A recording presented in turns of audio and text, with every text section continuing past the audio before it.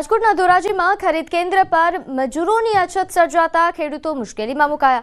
મગફળી ખરીદ કેન્દ્ર પર કામ કરતા પરપ્રાંતીય મજૂરોના બે જૂથ વચ્ચે અથડામણ થતા ખરીદીની પ્રક્રિયા ધીમી પડી છે, જેના કારણે કડકડતી ઠંડીમાં ખેડૂતોને રાત વિતાવવી પડી રહી છે। ખેડૂતો અહીં પોતાની ઉપજ વેચવા માટે છેલ્લા 36 કલાકથી લાઇનમાં ઊભા છે, તો મજૂરો વચ્ચે મારામારી થતા અમુક મજૂરો ઘાયલ પણ થયા હતા, જેના પરિણામે મજૂરોની સંખ્યા ઘટી છે અને તોલમાપની કામગીરી ખોરંભે ચડી છે। બીજી તરફ ખેડૂતો ખાવા પીવાની કે રહેવાની કોઈ સુવિધા વગર ખુલ્લા આકાશ નીચે ઠંડીમાં રાત વિતાવવા મજબૂર બન્યા છે। બહારથી મોંઘું જમવાનું લાવીને ખેડૂતો રોડ પર સૂવા મજબૂર બન્યા છે।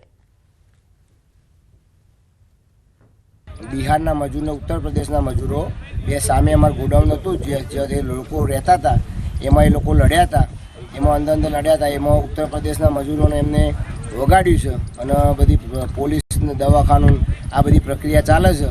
એના કારણે આજે પૂરતા મજૂરો આવી શક્યા નહીં, એટલે અમે એકચ્યુઅલ 25 થી 30 કોટા રેગ્યુલર ચલાવતા હતા, એ આજે અમારે એટલા ચાલ્યા નહીં, કાંટા 10-11 કાંટા, શરૂઆતમાં 7 કાંટા, પછી 11 કાંટા, એમ કાંટા ઓછા ચાલ્યા। મજૂરોના અભાવે અમે